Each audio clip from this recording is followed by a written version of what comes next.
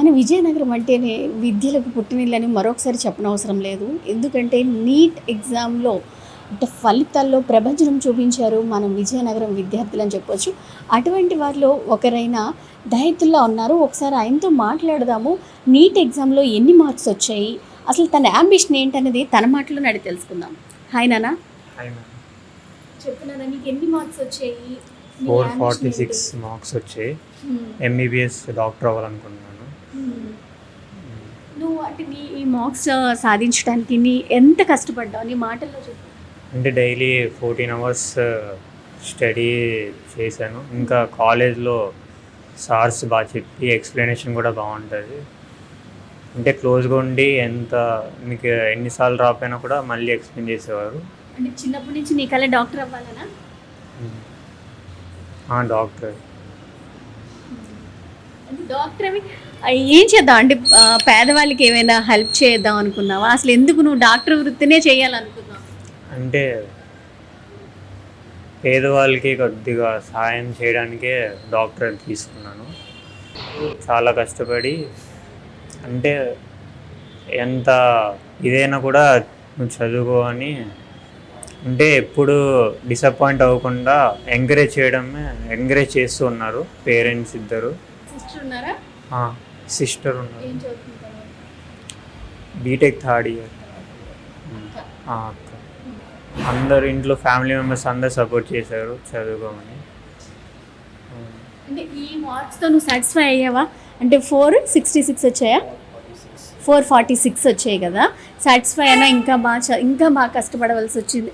కష్టపడితే బాగున్నాను అనిపించిందా? అనిపించింది. అది నీ టార్గెట్ ఎంత పెట్టుకున్నావు? 550 అలా పెట్టుకున్నాను. ఇంకా బాగా కష్టపడి ఉంటే అంటే 12 అవర్స్ కాకుండా ఇంకా బాగా కష్టపడి ఉంటే బాగుండేది అని అనిపించిందా? అనిపించింది. ఇంకా 15 అవర్స్ 16 అవర్స్ డైలీ చదివి ఉంటే ఇంకా బాగా వచ్చేది మార్క్స్. ఇంకా ఎక్కువ మంచి కాలేజ్లో వచ్చేది, గవర్నమెంట్ కాలేజ్లో. కొంచెం అంటే ఇంకా బాగా కష్టపడి ఉంటే గవర్నమెంట్ కాలేజ్లో వచ్చి ఉంటే కొంచెం సీట్ కోసము అంటే ఫీజు కోసం అది కొంచెం ఇబ్బంది లేకుండా ఉండేది మీ ఫాదర్ కదా. సార్స్ అందరూ ఎక్స్ప్లెనేషన్ ఒక్కసారి రాగానే ఇంకా 10 సార్లైనా ఎక్స్ప్లెయిన్ చేసి బాగా సక్సెస్ అవ్వాలని అందరు కోరుకొని అందరు బాగా చదివించారు సార్స్.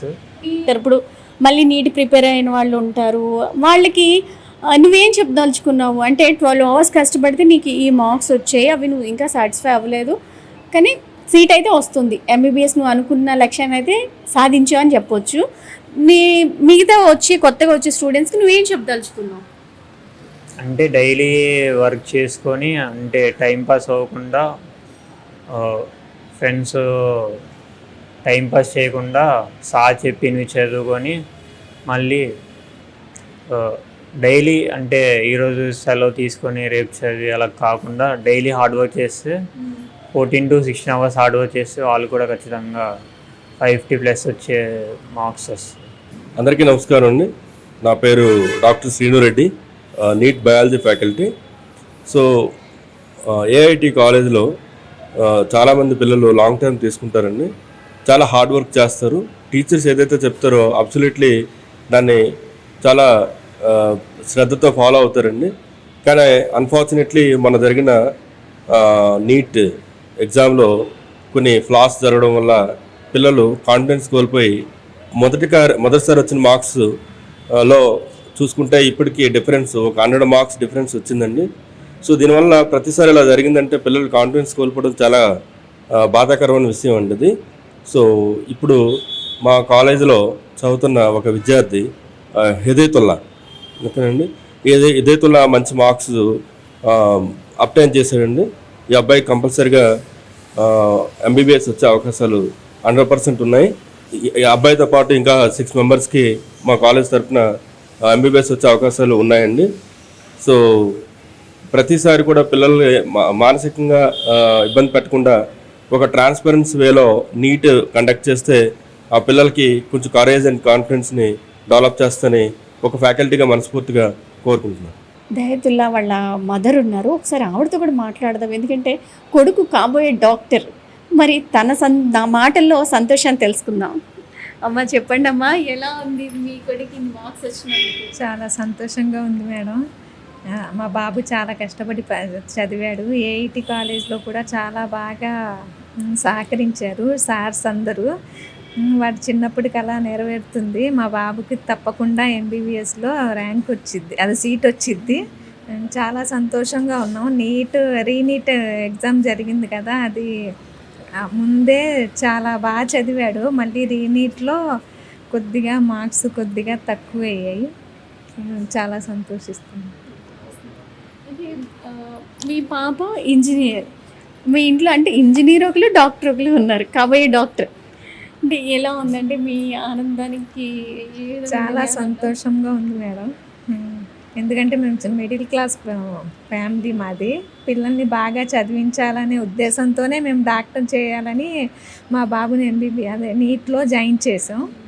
మేము చాలా సంతోషంగా ఇంటి ఉన్నాం. దగ్గర ఎలా చదివి అంటే ఇప్పుడు కాలేజీలో జాయిన్ చేసిన తర్వాత కోచింగ్ అనేది ఒక విధంగా ఉంటుంది, ఇంటి దగ్గర ఏ విధంగా ప్రిపేర్ అయ్యేవాడండి? మొబైల్ చూడటం ఇలాంటి పూర్తిగా మానేశాడా? ఓన్లీ నీట్ మీద కాన్సన్ట్రేషన్ చేస్తున్నాడు? ఎలా అవును మేడం, మొత్తం టీవీ ఫోన్ మొత్తం మానేశాడు.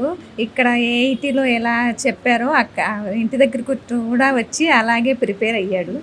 చూసారు కదా, విద్యార్థి మాటల్లో, అలానే వాళ్ళ టీచర్ మాటల్లో, అలానే వాళ్ళ మాదర్ మాటల్లో కూడా అంటే కష్టపడితే ఫలితం తప్పకుండా ఉంటుంది. విద్యార్థులు మొబైల్కి దూరంగా ఉంటూ కేవలం వాళ్ళ లక్ష్యం మీదే గురి పెడుతూ చదువుతూ ఉంటే వాళ్ళు ఖచ్చితంగా విజయం సాధిస్తారు అనడానికి ఇది ఒక మచ్చుతురక అని చెప్పొచ్చు. నిజంగా ఇలా విద్యార్థులు వాళ్ళకు ఒక టార్గెట్ పెట్టుకొని చిన్నప్పటి నుంచే మేము ఇది అవ్వాలి, ఒక డాక్టర్ అవ్వాలి, ఇంజనీర్ అవ్వాలి అనుకుంటూ ఒక యాంబిషన్ పెట్టుకొని చదివితే నిజంగా ఫలితం ఉంటుందని అయితే చెప్పొచ్చు. విజయనగరంలో నీట్ ఎగ్జామ్లో అంటే ఇంకా 6 విద్యార్థులు అయితే ప్రతిభ కనబరిచారు. ప్రజెంట్ వాళ్ళైతే ఇక్కడ లేరు. మనము ఈ ఒక్క విద్యార్థిని వాయిస్ని మనం తీసుకోవడం జరుగుతుంది. ఎందుకంటే ఇంకా అంటే డాక్టర్స్ అవ్వాలి అని వాళ్ళ కళతో ముందు అయితే పేపర్ లీకేజ్ ఎన్నో ఆటుపోట్లు ఎదుర్కొంటూ వచ్చారు. మళ్ళీ రీనీట్లో సత్తా చాటారు విద్యార్థులు. నిజంగా వాళ్ళందరికీ కూడా కంగ్రాచులేషన్స్ చెప్తూ సీమ, సుమన్ టీవీ, విజయనగరం.